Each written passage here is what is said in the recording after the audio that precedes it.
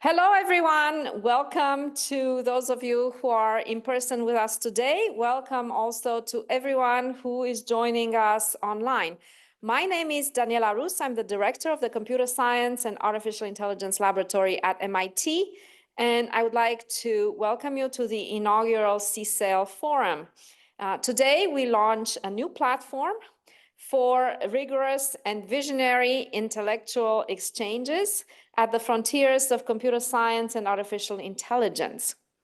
And our inaugural speaker is Professor Philip Isola, whose groundbreaking work is at the intersection of computer science, computer vision, machine learning, and cognitive science. And this work has consistently challenged conventional thinking. And so I am delighted to pass the microphone to Philip in just a second. Okay, yeah, thank you for the introduction. And I'm happy to talk about this work that we have done in my group recently that we call the Platonic representation hypothesis. And this is work with Minyoung He, Brian Chung, and Tongzhe Wang. They were the initial authors that on the paper we put out last summer. And then Yulu Gan and Ivy Zhao, who are new students in my group, have been following up and doing more work on this. So I've given this talk a few times, but there'll be some new stuff in it as well. I'm going to update it with the last 6 months of progress as well. Okay. So showing the intro animation that I forgot to press play on that. Okay, different ways of looking at the world. Okay, so I'll start with this story, which is one of the papers I really like from the last decade. This is work from Antonio Torralba and Ode Oliva and others. And what they found is that object detectors emerge in deep scene convolutional neural networks. So in this paper from 2015, they took a neural network and they tried to probe what internally is it representing about the world. So they trained the network to predict the scene label, like this is a dining room.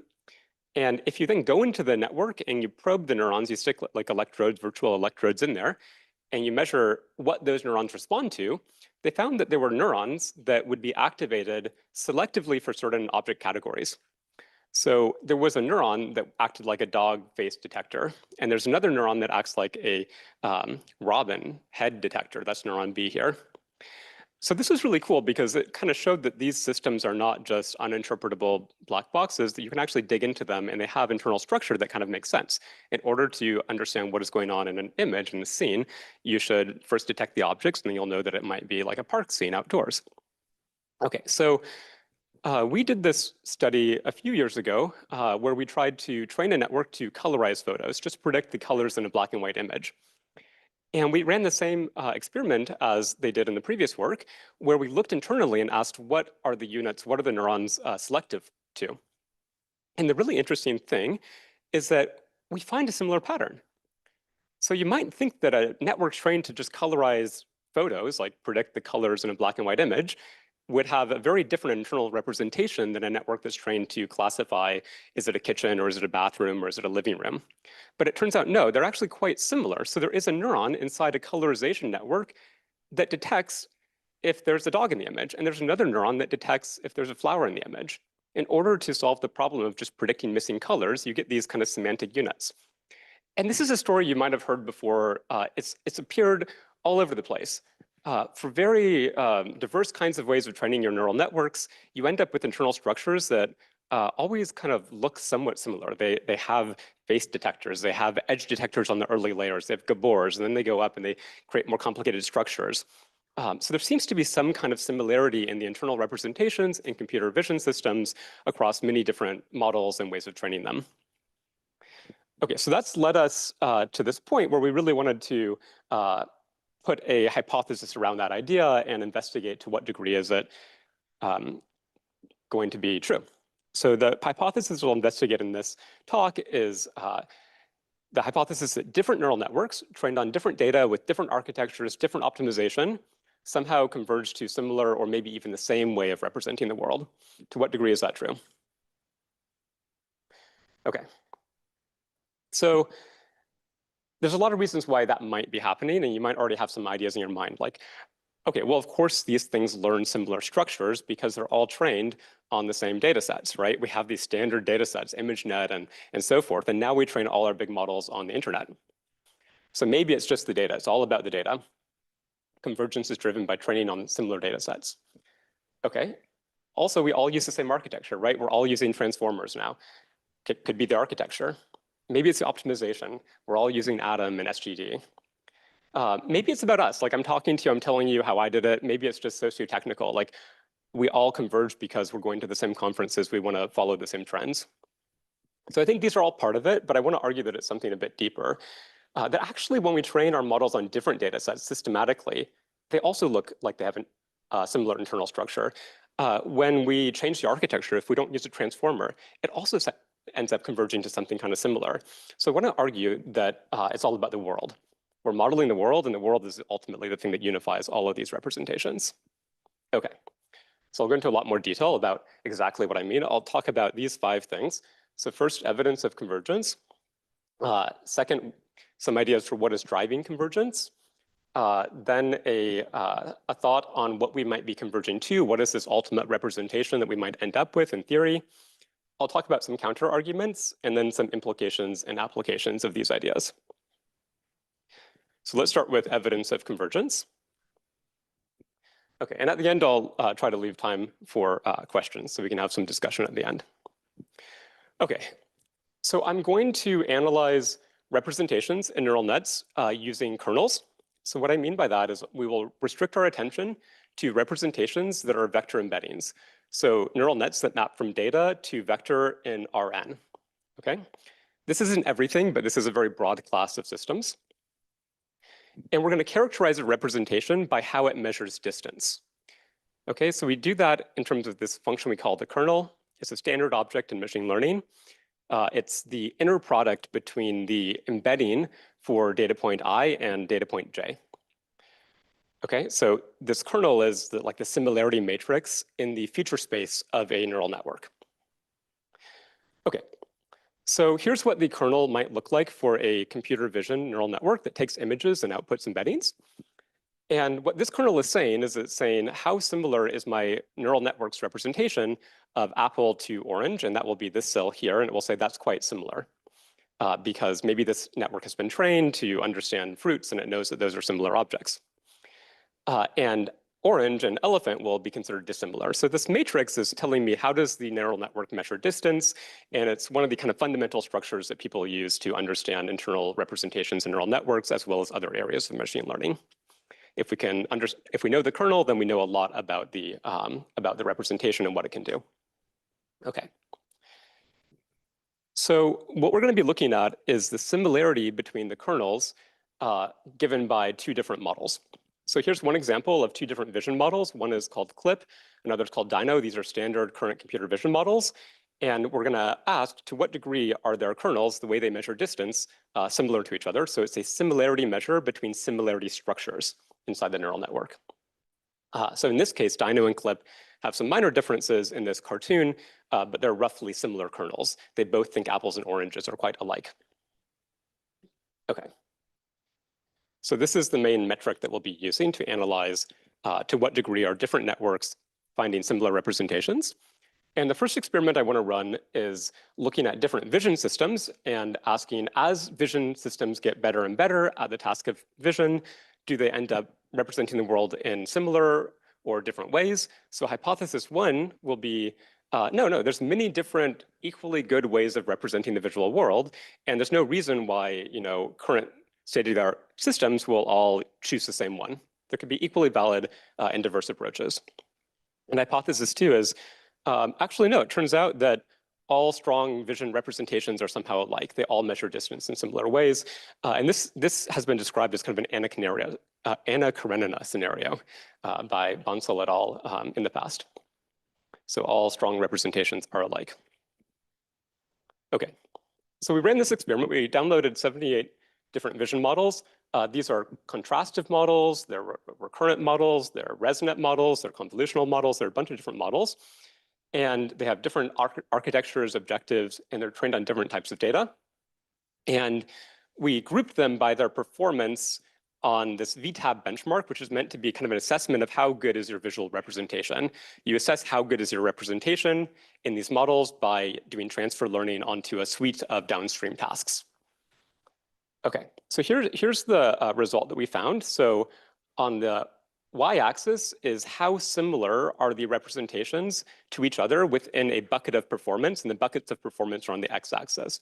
So what you can see is that models that perform very well, so they solve between they solve many different VTAB tasks. They have very similar representations. So all models that solve these tasks well have similar representations. Models that don't solve very many of the tasks are much more diverse. And there's many ways you can be wrong, but only one way you can be right in this particular measure of performance called VTAB. We can look at that in a slightly different way by just making this kind of dimensionality reduction, this UMAP visualization of here are all our different models that we tested, and you can see they have different symbols for different types of architecture and objective. And the color indicates their performance on the VTAB transfer learning task, and blue means high performance. And you can see that the main feature that organizes how these models group together, which models are alike in their representations, is their performance. It's not the architecture, it's not the objective, it's the performance. So the well-performing models all have similar internal representations. Okay, so the conclusion of this experiment is that the Anna Karenina situation is seeming to hold here. Strong models are alike, weak models are weak in their own way. Okay. So I think that's an interesting result, but maybe not too surprising. You know, as we get better and better vision systems, they're going to perform well at the same task. So to perform well at the same task, of course, they've got to somehow, find similar features and have similar representations. We're going to now ask something that's a little bit less clear, which is, do you also get similarity between different modalities? So representations of language, are they becoming more similar or less similar to representations of vision? Okay, again, we'll have a few hypotheses. So hypothesis one is that no, I mean, as you get a better and better language model, it becomes a language expert. It just gets really good at syntax and grammar, but why would it get better at recognizing cats and dogs? That doesn't make any sense. Okay, they might even get worse because they're getting specialized to language. Okay, hypothesis two is, well, somehow language and vision share common properties, and so actually better language models are better vision models. And there might be in like a really strong hypothesis, like the very best language model is actually the same as the very best vision model. There's some like actual unification at the end. Okay, so we're gonna run the same experiment, but now we're going to look at cross-modal similarity. So we're gonna take the kernel for a vision system and compare it to the kernel for a language system, but now we're across modalities. So in order to ask if the language system is representing apple and orange in the same way as the vision system is, we're going to run the language system on the captions that correspond to the images that we ran the vision system on. So we're asking, is the word apple similar to the word orange in the same way as the image apple is similar to the image orange? Okay, just to draw that one more time, what we're asking is if they're structured like this. Does the vision model embed apple and orange near each other and far from elephant? In the same way as the language model embeds the word apple and the word orange near each other and far from elephant. So we're looking if the distance structure is the same between these two modalities. There could be a rotation or scale transformation, so we're using a metric that's invariant to those types of changes. We're just looking at if these two representations measure distance in the same way. Similarity of embedding of apple and orange is roughly the same as similarity of embedding image of apple and image of orange. Okay, so we measured this not over emojis. We actually downloaded real photos, and so we used the Wikipedia image text data set. So we have a lot of photos along with their caption, and we're evaluating, does the vision system represent these photos of Yosemite according to the same distance function as the language model represents these captions that describe those photos of Yosemite? Okay, so here is the main result. The main result is that we're going to plot alignment to vision. We're going to be measuring the alignment between different language models and a computer vision model. Here we're picking one computer vision model, which is the Dino V2 model. and we're going to measure the alignment to the Dino V2 model as a function of the language model's performance at next word prediction. So as language models get better and better along the x-axis at predicting next word in sentences at their basic task, do they end up becoming more and more alike in their kernels to vision models? Okay, and so here's the result. So yes, the answer is within this regime, they do. So this is a small vision model, and as you look at different language models ranging from 1 billion parameter language models to 65 billion parameter language models, the bigger, more performant language models end up having higher kernel alignment with the vision models. So better language models represent the world in ways that are more visual. And the trend goes in the other way too. So better vision models also become more aligned to language models. So Dino Giant, it's a really big computer vision model that's very good at computer vision tasks, is more similar in how it represents the world to Llama, a language model, than Dino Small is. So it goes both ways. Big vision models represent the world in a similar way as language models do, and big language models represent the world in a similar way as vision models do. It looks like there really is some convergence going on. Okay. So is it going to continue? Maybe. I'll note that the metric that we're using, and I'm not actually giving you all the details on that, but we're not at saturation. We're at a point about 0.16 on a metric that goes from 0 to 1. So you could get better. Maybe it's going to saturate, or maybe this trend will fall off. It's just like a spurious correlation, and it won't hold for next year. And the last time I gave this talk, I would stop at that point and say speculation where this will go next. But fortunately, just 2 weeks ago, some people ran these same experiments, but they went up to 7 billion scale vision model. So we went up to 1 billion scale vision model, Dino V2, and we had an alignment of 0.16. And people at Meta went up to 7 billion a few weeks ago and measured alignment as a function of size of vision model. And the trend actually continues. So there's some interesting nuances in this paper, so I'll encourage you to look into it if you're interested. Basically, they found that the trend continues as you add more data, but not necessarily more model scale.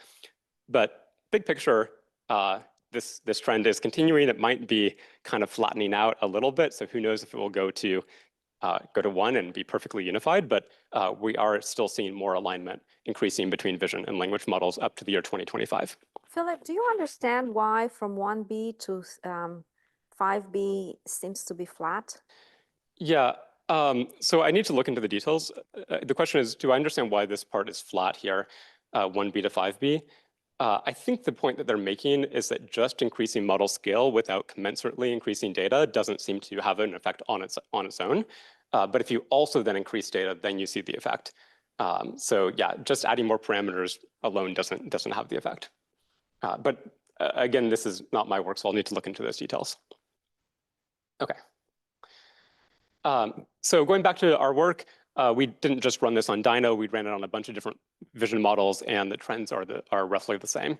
So masked autoencoders and ImageNet classifiers also, as you make better language models, they correlate more with vision model performance and vice versa. Okay. So if I'm going to now move into some explanations for why I think this might be happening. But if you're interested in more evidence and more measures of convergence and debates about exactly how to measure convergence, this is a huge field. It generally goes under the name representational alignment. There's a huge community in neuroscience that looks at representational alignment between the brain and neural nets. We're looking at just representational alignment between neural nets and other neural nets. And here are 2 workshops that one of them is happening in a few weeks, this Realign workshop, and another one happens yearly at NeurIPS. So if you're interested, there's a lot more material to get into in this community. But maybe suffice it to say, there is a large community that has found that models are becoming more and more alike in their kernel structure and other types of internal organization. Okay, so now I want to talk about some ideas that we have for why this is happening. And I'm going to first talk about some kind of machine learning 101 ideas, and then I'll talk about kind of a toy model of what we might be converging to. Okay, so one idea, what is driving this convergence, is what we call the multitask scaling hypothesis. And this is saying that if I'm searching for functions that fit my data or fit my set of tasks, well, if I have one task that I train the model to perform well on, or one data set I train it to perform well on, then this is the subspace of hypothesis space, the subspace of the set of all possible functions I could learn that actually solve the task. And so gradient descent will find a solution within that space. But if I have two tasks, now I have more constraints, and I have a strictly smaller subspace of models that can fit two tasks. And as I add more constraints, more data, more tasks, then I get strictly smaller subspaces of hypothesis space that can actually fit the data and solve all of those tasks. Okay, so we're training models on more and more data on more and more tasks, and you should expect that that will cause some convergence. This is related to two other ideas that are out there. One version of this is called the contravariance principle in neuroscience. And then again, it's an Anna Karenina principle. Like all happy representations have to solve all the constraints. And if you violate, if you're wrong in one way, you'll fail on one of the tasks. So if you have a lot of pressure to be correct in all ways, then it kind of causes convergence. Okay. But I think that's not all there is to it. I think another condition that's important is that you have enough capacity that there is a chance that two models can actually find the same solution. So we call this a high capacity hypothesis. It's that bigger models are more likely to converge to a shared representation than small models.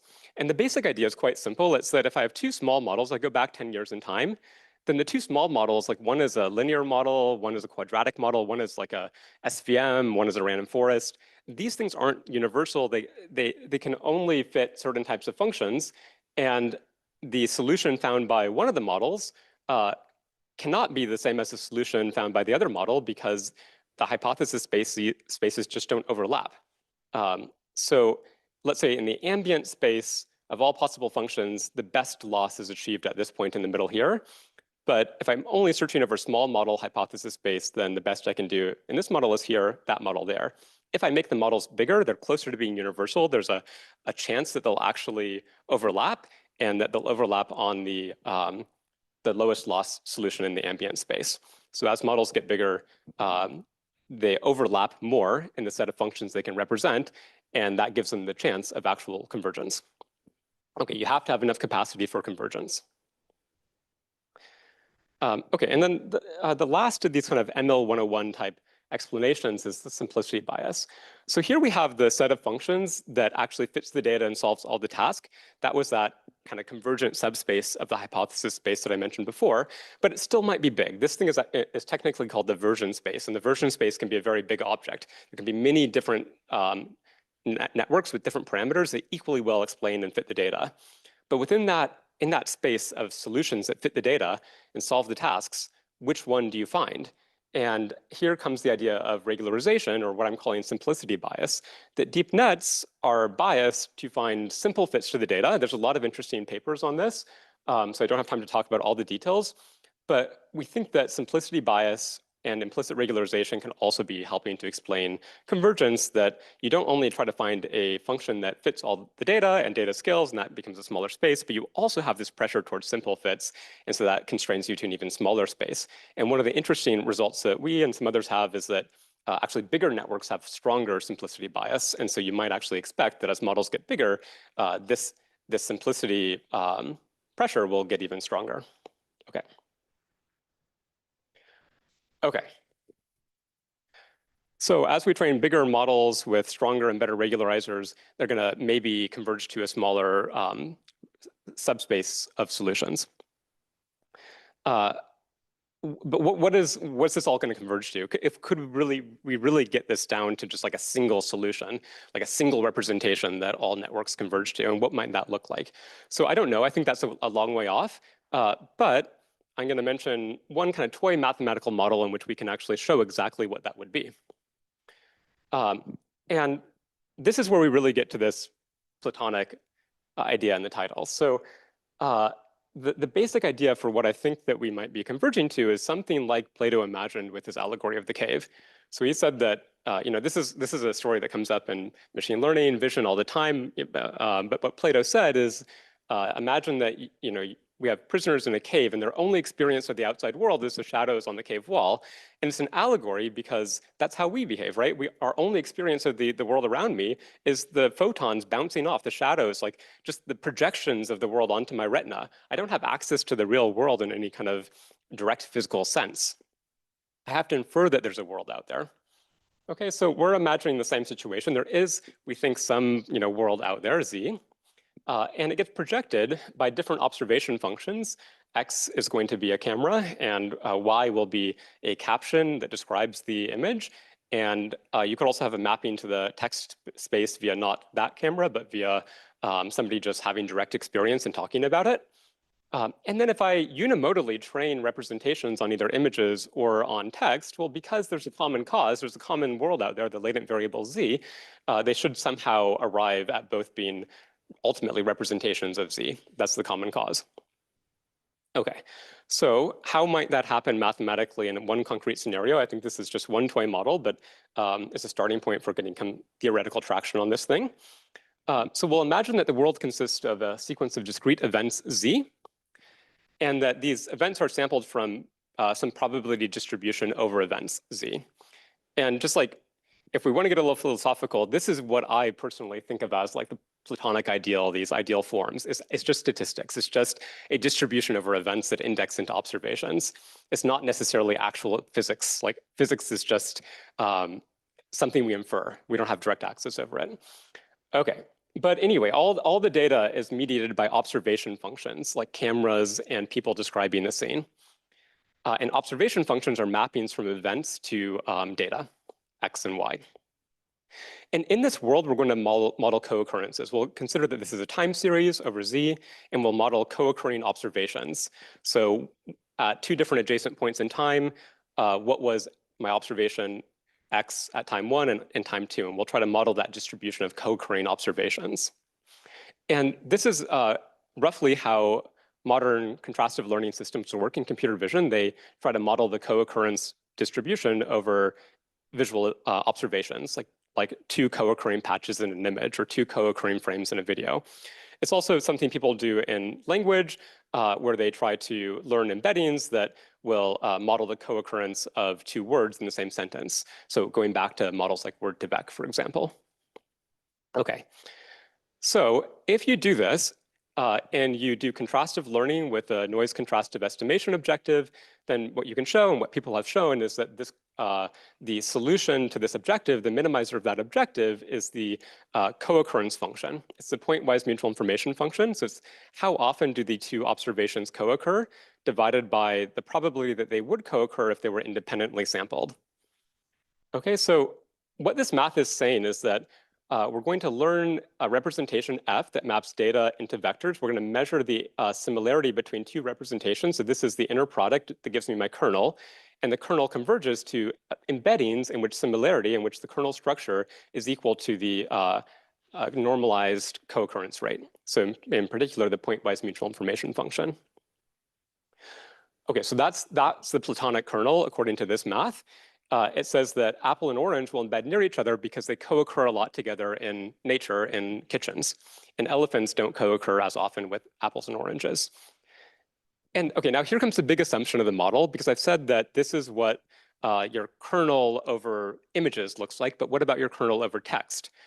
So if we assume that the observation is a bijective function of the underlying event, so we don't lose any information, which is a huge assumption and not true in reality, and we have discrete random variables, then all the probabilities kind of carry through the observation function, and the PMI over the observations is equal to the PMI over the underlying events, and therefore the PMI over images that's learned by the model is equal to the PMI over words that's learned by the model, because both of those are equal to the PMI over events. And so it implies that the language model and the vision model trained with a NCE contrastive objective will converge to identical kernels. Okay, so it's a toy model in which that will occur. So it just says that the word apple and the word orange will embed near each other because those words co-occur in descriptions of kitchens in the same way as those images co-occur in images of kitchens. Okay, So I think this model deviates from reality in some interesting ways, like we don't have discrete random variables, we don't have bijective functions, but it's a starting point for understanding what that Platonic kernel, that ultimate representation might look like. Okay, so I now want to go into the last sections of the talk where I'll mention some counterarguments, because you're probably thinking, this sounds like a little too far-fetched. Like maybe there's some convergence, but like, come on, it's not gonna get to some Platonic kernel. So let's see some counterarguments. Okay, so I think the most important counterargument, and so we talk about this in the original paper, but there's also been some follow-ups that go into it in more detail. I think it's an important point is that, hold on, there's got to be unique information in text that's not captured in images and vice versa. So different modalities, how could they learn the same representation of the world if they fundamentally measure independent sources of information? Okay, so in vision, you can go and see a solar eclipse, and I think that's just an ineffable experience. I don't know how to put that in writing and convey to somebody that actual experience. You have to see it for yourself. Or in language, there's abstract concepts like freedom of speech. How can you have a visual experience which captures the same meaning as that abstraction, freedom of speech?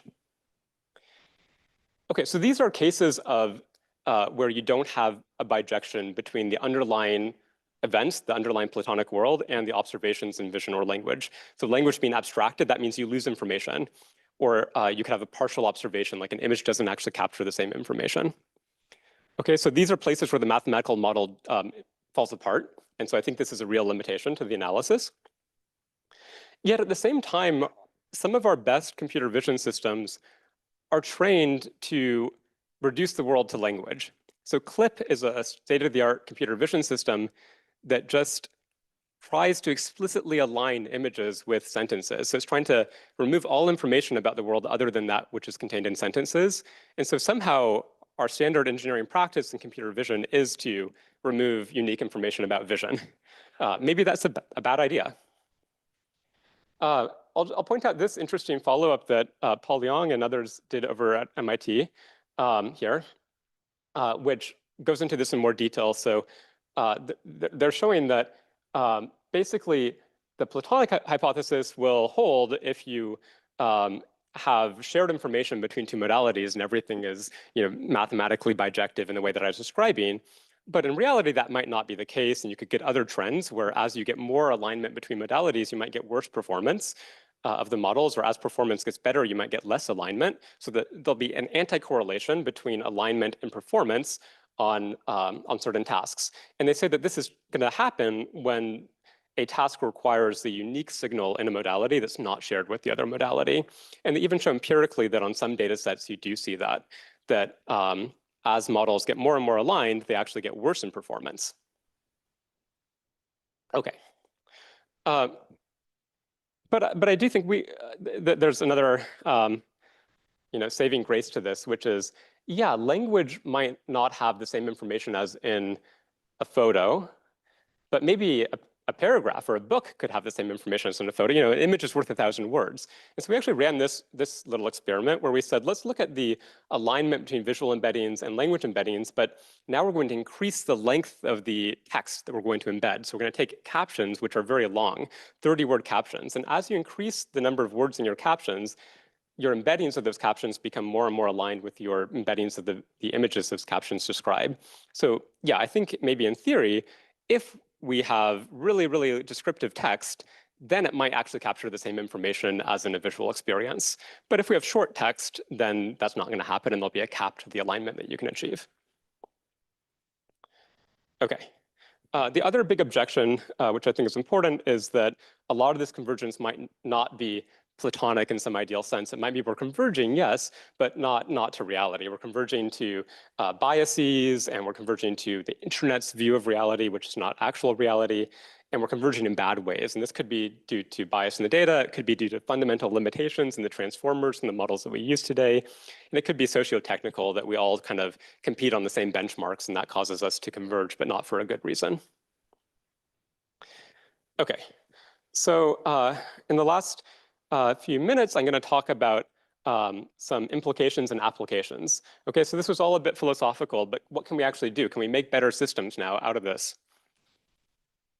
Okay, so I think one important implication is that you can share data between modalities. So if the representation, if all roads lead to Rome, right? If all different ways of modeling the world lead to the same, ultimate representation, then we should be able to get there through all these paths and share information between the different paths. So it should be the case that we can train our vision models on language data and make them do better. We can train our language models on vision data. We're going to look at two experiments here. One is, can we train better image generative models, diffusion models, by aligning them to visual encoders? And two, can we train better language models by aligning them to vision models? So now we're running kind of more causal experiments. We're not just trying to look at trends, but we're going to try to actually optimize our models to be aligned and see what happens. Okay, so the first one, can we train diffusion models by aligning them to vision models? This is not my own work. This is work from Signing Shi and others at NYU. And what they found is that if you do this kernel alignment, so you take a diffusion model that generates images from noise, and you take a pre-trained visual encoder of the kind that I was like CLIP or Dino, and you simply have an additional loss that says, I want my kernel structure to be the same between the two models. So I want to have my diffusion model use the kernel structure inside my pre-trained vision model.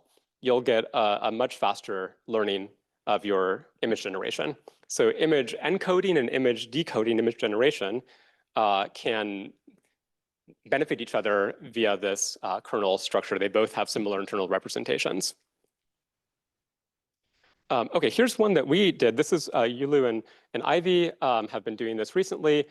It'll be at this Realign workshop this in a week or two at iClear, where they train a language model to be aligned with the kernel structure of a vision model. And the question is, do you get a better language model, better at modeling, predicting the next word, doing language reasoning tasks? And so it's roughly the same idea as on the previous slide. The visual is a little different, but we take our language model, we train it to predict the next word, but we also extract its kernel on some layer and align that kernel with the kernel of a pre-trained vision model like Dino. And we say, does that actually make your language model get better when you force it to represent the world more visually? And the answer is yes, it actually works. So here is your baseline language model.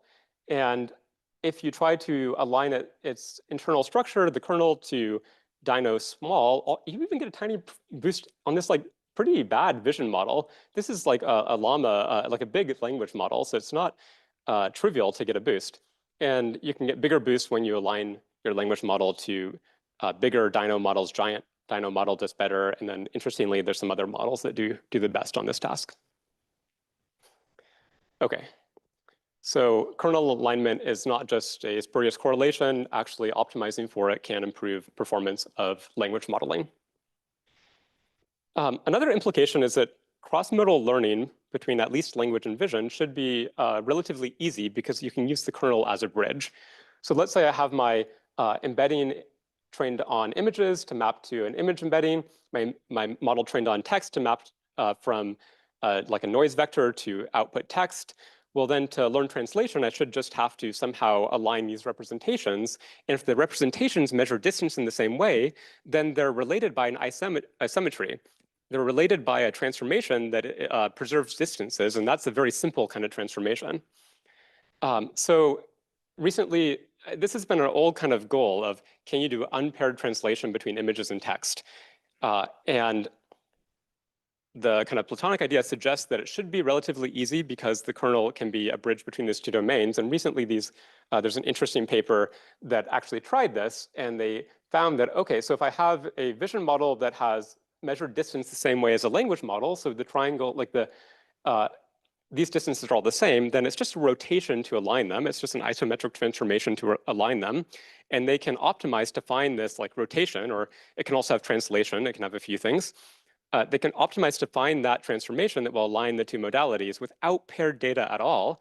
And it works at a non-trivial level. It doesn't nail the problem, but they show non-trivially, they show above chance results.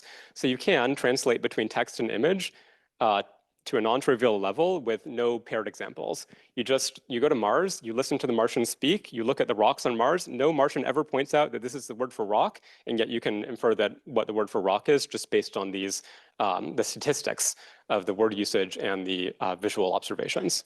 That's roughly what they're claiming here. Okay, there's some interesting theory work that Lorenzo Rosacco and his colleagues have been doing additionally on this idea of, under what theoretical conditions can you actually learn to bridge between modalities given that the kernels are aligned. So you can actually bound the ability to stitch between two different modalities by the kernel alignment measures that I've talked about in this talk. So I'm not gonna have time to go into this one, but just another pointer if you're interested in a theoretical lens on this. Okay, one last one is, I really love this old problem called the Molyneux problem. This philosopher Molyneux wrote a letter to John Locke, and he said, assume a blind man can tell the difference between a cube and a sphere by the way they feel when he touches them. If the man were to be given sight, could he immediately tell which is the sphere and which is the cube simply by looking at them? So it's this scenario, we're doing not touch and vision, but we're doing vision and language. If I have a language model that knows how to understand this text, and I then give my system a camera, can I immediately learn to map from the camera to the representation, the meaning of the text? And well, if the representational structure of the world, is if language modeling finds the same representation as visual modeling, then this learning problem should be relatively easy. And if I already have that representation, I already have that target that the thing would have converged to, it should be, I can learn it quite quickly. And Von Sinha and others in BCS have shown that, in fact, if you do give children sight who have cataracts and are born blind, but you give them sight at a certain age, they can't understand the visual world immediately, but they can relatively quickly. It's not like they have to redevelop along the same time scale as an infant would from birth.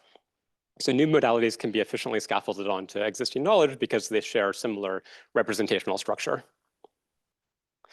Okay, so final implication is just if there really is some truth to this Platonic idea, and there is some representation that can be characterized and can unify modalities, it seems like an important thing. We should seek it out. We should better characterize it and see how far that goes. So I'll end there, and thanks to the co-authors and all of you.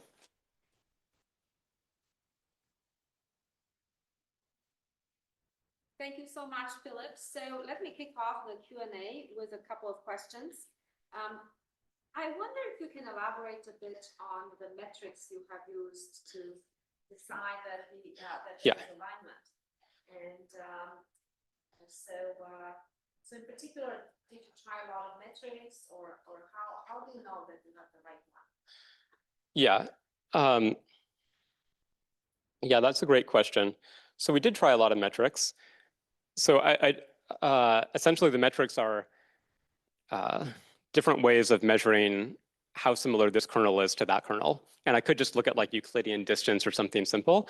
The one that we ended up using for most of our experiments is based on nearest neighbors. So it's asking, are the nearest neighbors in embedding space to are my nearest neighbors of this image embedded by a vision model the same as my nearest neighbors of the caption of that image embedded by a language model. So if I embed a photo of Yosemite, are the image nearest neighbors Yosemite in the same way as the text nearest neighbors are captions about Yosemite? So that's the particular metric we used. And why did we use that one? Well, we tried a bunch, and this one worked the best. So the way I would phrase it is that we see convergence of the kernel structure in terms of the local neighborhoods. The local neighborhoods are converging, maybe the global layout, like there could be scaling global scales that actually are not being converged. But doesn't this just capture co-occurrence? Yes, I think that's kind of the theoretical model we get to is that if two things co-occur the same way in two different modalities, then these models will, that will surface in both of these models. Okay, so I have two quick follow-ups, and then I will open for questions. we have a live audience, so we'll take some questions from the live audience. Also, if you would like to ask a question on Zoom, please put your hand up. So my question is about what do we understand from aligning language with vision. So when you, in fact, this was in one of your your latest charts. Yeah. So if you can put that back up, this is yeah, that next one. Next one. Yeah. So doesn't that mean that by connecting language to vision, you are finding some aspects of the physical world that you're bringing into a statistical system that otherwise does not have a predefined understanding of the physical world? Isn't this what we're getting from this kind of experiment? Yeah, exactly. So language models, I think one of the critiques right now is that maybe they don't have a lot of embodied experience. They're not grounded, and to some extent they can learn this from massive data online that talks about visual experiences, physical experiences, but maybe it's not perfect. And I think that might be part of the idea here, that you're injecting knowledge from another modality that is a more sample efficient way of collecting that kind of data. But have you tried to do this alignment with fantastical images that do not obey the laws of physics? I mean, if you do it with ImageNet, of course, those are all images taken from the physical world. It could be interesting to create a data set of fantastical images to see what happens. I really like that idea. We have some other work on these fantastical random noise images. This is a collaboration with Antonio Torralba and others. And you can train vision models on those, and they learn good visual features. They're like random fractals and blobby images. We haven't tried aligning language models to that kind of data. That would be really interesting. Well, let's work on that. I also have one more quick question. So the fact that we see alignment between language models and vision models is very interesting to me. That almost suggests that there is a ceiling to what we can do with these models. Your comments, please? Yeah, is there, just to suggest there's a ceiling, I think this, there's one perspective is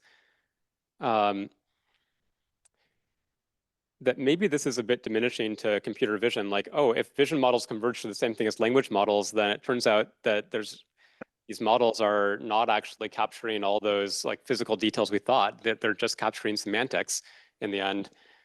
And in some sense, that might indicate that, our approaches right now do have a ceiling. Like the ceiling is the types of semantics that language is good at conveying. And you could read this as evidence for that, I would say. Very interesting. All right, any questions from the live audience? Yes, in the back. Yeah. Far. So if we draw a trend line, how far are we from 1.0? So these plots were, some of them are on log scale, so it's a little bit hard to extrapolate linearly. But additionally, I think that even on a log scale, they're trailing off.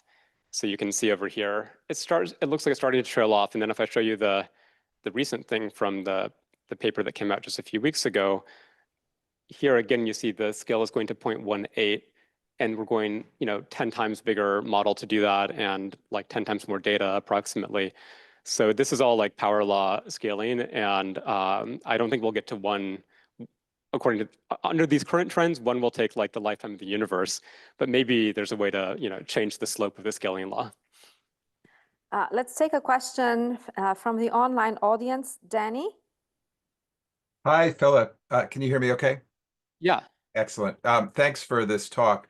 I wanted to just present a slightly alternative philosophical view and ask if it changes what you think the implications of your findings are. So the kind of Wittgensteinian view of language, as you probably know, is, it sort of says meaning, there is no Platonic meaning. In some sense, we're all in the cave. but we have learned to function together in the cave because of the way we use language together, and that meaning arises through use. And I think as I hear your findings, they're equally consistent, and maybe even more consistent with that view, that what you're showing, I think, is that these models are learning about what we as human beings mean with language and images.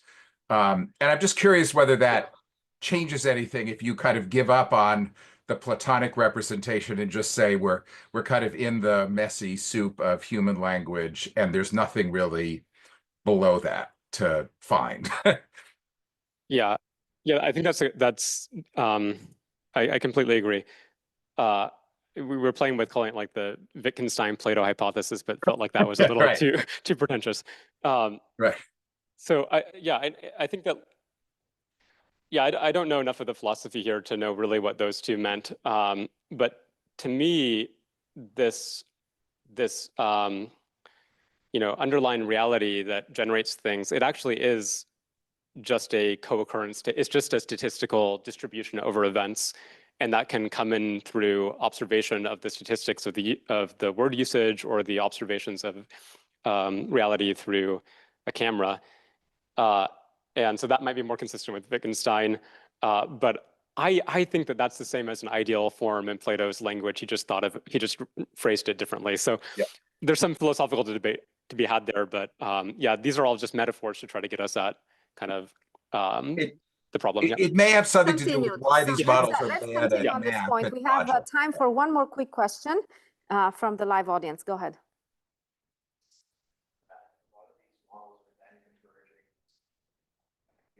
Would that imply something about the adversarial, possible adversarial that these models could? I think, can this tell us anything about adversarial attacks? Does this mean models are robust, or are they vulnerable? I think that one is like a pessimistic take would be, well, all these models are vulnerable to the same attacks, so there's a danger. Like, it's like we have a homogeneous population and a virus can come in and take over, and so if these things are converging, then they might all have the same vulnerability or maybe the same bias, and this can be dangerous. And a positive take might be, would these all get better at actually modeling? So if language models get better at modeling the world in a way that is aligned with vision models, and we think that vision models are more grounded and actually are robust in a way that language might not be, then it's kind of a positive that if I just train on more language data, it'll eventually become actually grounded in reality. So I think you can see it in both ways. One more quick question from online. Your improvement in accuracy is 4%. How are we going to get a lot of improvement? Oh yeah, that's a great question.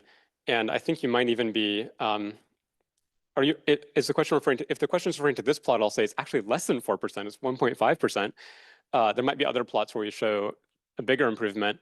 But yeah, I think that at a certain scale, the models have unimodally become quite powerful and already quite aligned, and there might not be that much more juice to get by explicitly training them to be aligned or explicitly sharing data between the two domains. So how are we going to get a massive improvement by multimodal machine learning? It might be in the regime of enough unimodal data. You just can't because you already have saturated. But I would also say the jury's out, and maybe people will be clever and come up with better techniques. Let's thank Philip once more. And thank you all for joining us. See you next week at the CSAIL Forum with Yoon Kim. Thank you.